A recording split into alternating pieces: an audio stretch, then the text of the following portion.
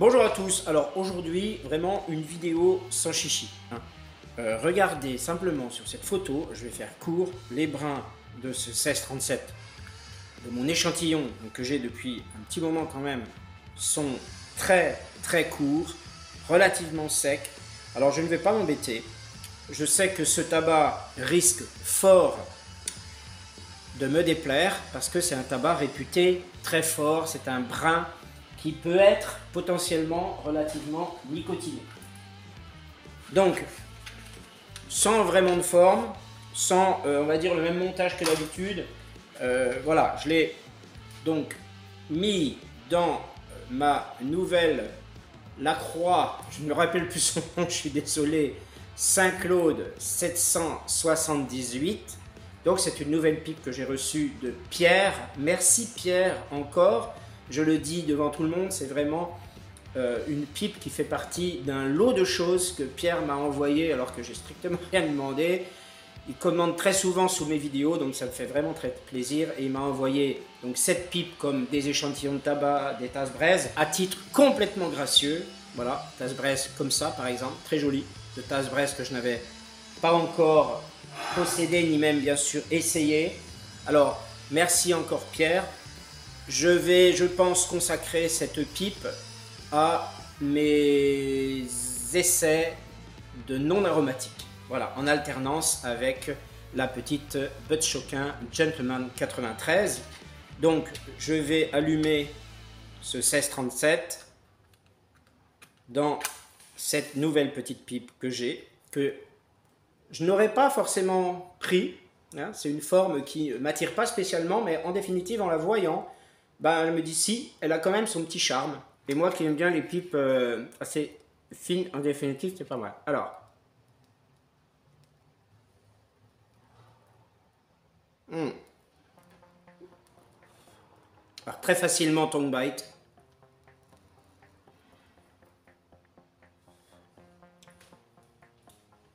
Ouais, c'est vraiment un tabac assez brut. Assez fort à la fumée. Il vient quand même pas du tout caresser les narines. Hein. C'est un tabac très classique, en définitive, qui ne me convient pas. Hein. Je pense que... Alors, il n'a pas une odeur désagréable, j'ai l'impression, quand même.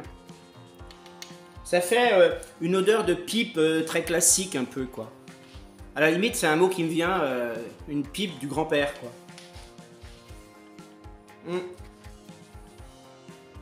Non, je ne suis pas un grand-père. C'est pas si dramatique que je pensais mais pas loin quand même. Hein. Là on a...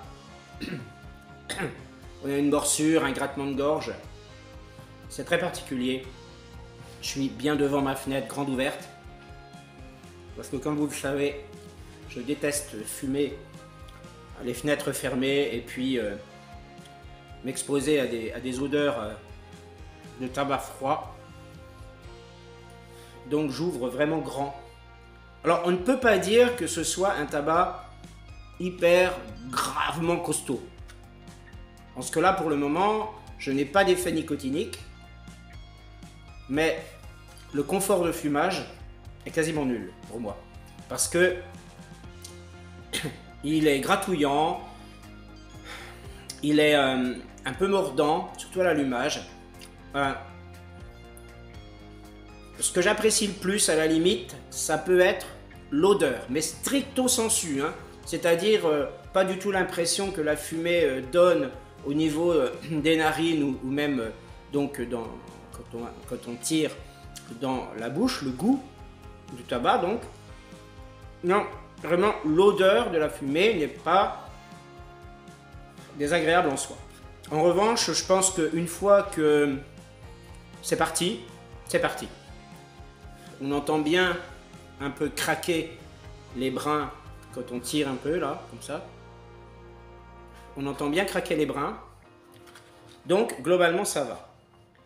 Donc, vraiment, Je pense hein, que c'est un 1637 qui est ancien, donc forcément qui a vieilli peut-être un petit peu mal. Je ne sais pas si réellement il est aussi fin comme ça, mais vraiment presque en miettes en fait, tel qu'il m'est parvenu en échantillon jusqu'à aujourd'hui. Mais moi je ne trouve pas que ce soit vraiment une odeur classique de pipe telle qu'on peut la sentir en général. Je veux dire, je pense pas que ce soit un tabac qui attire vraiment l'entourage, un tabac qui plaise vraiment à l'entourage, même par son odeur. Là, je commence un peu à tourner. Hein. Je pense vraiment que là, il y a un effet nicotinique, surtout pour moi qui n'ai pas du tout l'habitude, relativement important. Il faut que je fasse attention. En ce moment, c'est vrai que je fume assez peu. Je fume assez peu, mais quand même, là, me remettre un peu dans le bois dur avec ce genre de tabac, c'est costaud. Hein. Donc la légende ne ment pas hein, en disant que c'est vraiment un tabac, je dirais, sans vouloir de manquer de respect à personne, hein, c'est un peu une boutade, un tabac d'homme. Mais, ouais. À la limite, je fumerais un cigare, ce serait un peu pareil, quoi. Il gratte, il pique la langue, il mord, surtout à l'allumage. Il faut bien des revues négatives. Hein. Je préfère en faire aussi pour prévenir. Hein. C'est vrai qu'on entend bien hein, le craquement des brins hein, quand même. Hein. Voilà. Ah oui, c'est vrai que je dois pas trop tenir la pipe comme ça. Alors, cette pipe, vous voyez, hein, avec sa forme un peu en boule comme ça, hein, cintrée, courte, eh bien, moi je trouve qu'elle est agréable. Sa préhension est vraiment très agréable. Donc, vraiment de la bruyère, eh bien, donc Saint-Claude. Bah, moi, je crois qu'elle est neuve, hein, parce que j'ai pas vu de traces d'utilisation, même dans la chambre. Vraiment sympa, brillante. Elle ne chauffe pas, c'est agréable. Et voilà, elle est agréable à prendre, on l'a bien en main. Relativement légère. Oui. Alors, c'est vrai qu'une fois qu'elle est partie, elle est vraiment partie. Mais là, continuellement, ça pique la langue, ça gratte la gorge. Ce n'est pas agréable pour un fumeur tel que moi, qui a l'habitude de tabac, quand même, qui sont relativement plus confortables, peut-être plus évolués aussi, et moins classiques de chez classique. Hein.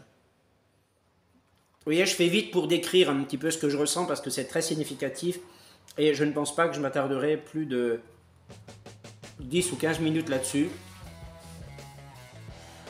Bon, je ne regrette pas de l'avoir essayé parce qu'au moins je sais ce qu'il est, je sais ce que c'est, j'en avais entendu parler et en définitive, ben, mes impressions rejoignent tout à fait les descriptions que j'ai pu en voir, en lire, les impressions aussi que j'ai pu en écouter de la part d'autres fumeurs. Je pense que ceux qui aiment genre le Caporal ou les Scaferlati ou des autres tabacs dans ce style, ça peut plaire. Ah, c'est vraiment spécial. Là du coup, au début, l'odeur me paraissait pas mal. Et là, non. Je trouve qu'elle est rêche en fait, c'est vraiment rêche, la fumée est rêche. Et l'odeur devient aussi un petit peu agressive. Et là, j'ai des effets nicotiniques, hein, sérieusement et très nettement. Pas pour moi, donc je vais être dur. Hein. Je mets 8 sur 20 sur l'échelle de mes goûts. Et encore, je suis large.